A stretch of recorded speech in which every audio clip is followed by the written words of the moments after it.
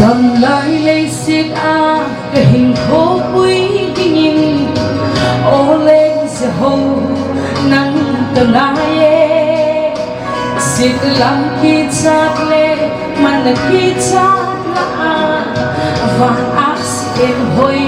ta làm sân pha in sẽ cắn xiết đâu cả gió thấy là điên nhìn gal vốn sang kimin ô nay vốn nhìn lặng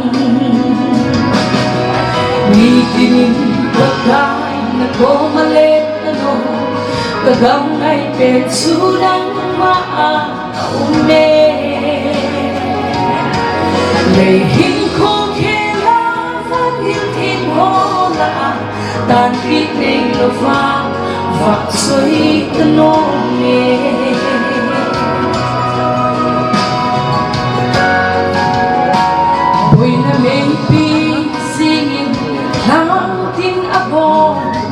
Eden lakna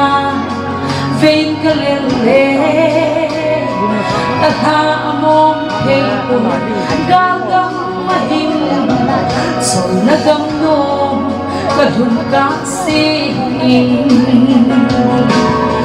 Nagam hoy sunin kahungki pane Hinko kahin umsot talo ding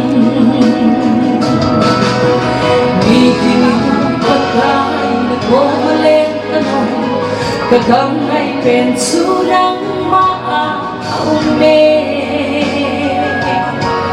lehin ko kailangan hinhin hola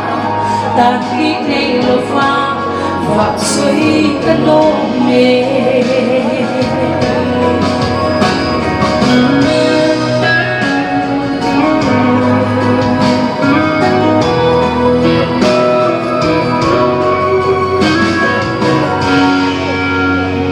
Kadang susot lâu xa ahin sisu naken pula ganome na thuhil na thuta leo na lam thing su le hoi na sang hen so kadang nai hit ko abeng ting le na ko maleng đi hung quy mô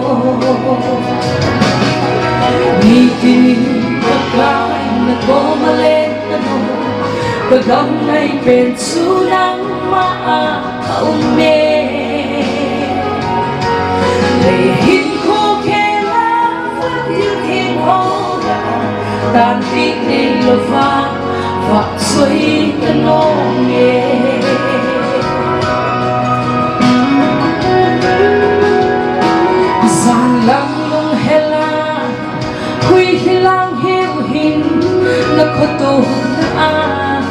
sim solo ahi giang thim sal vạ van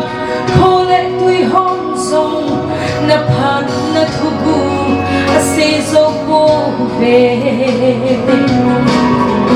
zing khô pha cô ni nong em hoi so bin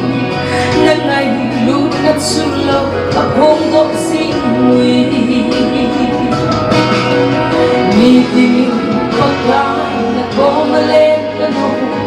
kagang ay pensulang maaume lehin ko kailangan hinhin hola tanti ay lofang vaksoy tanome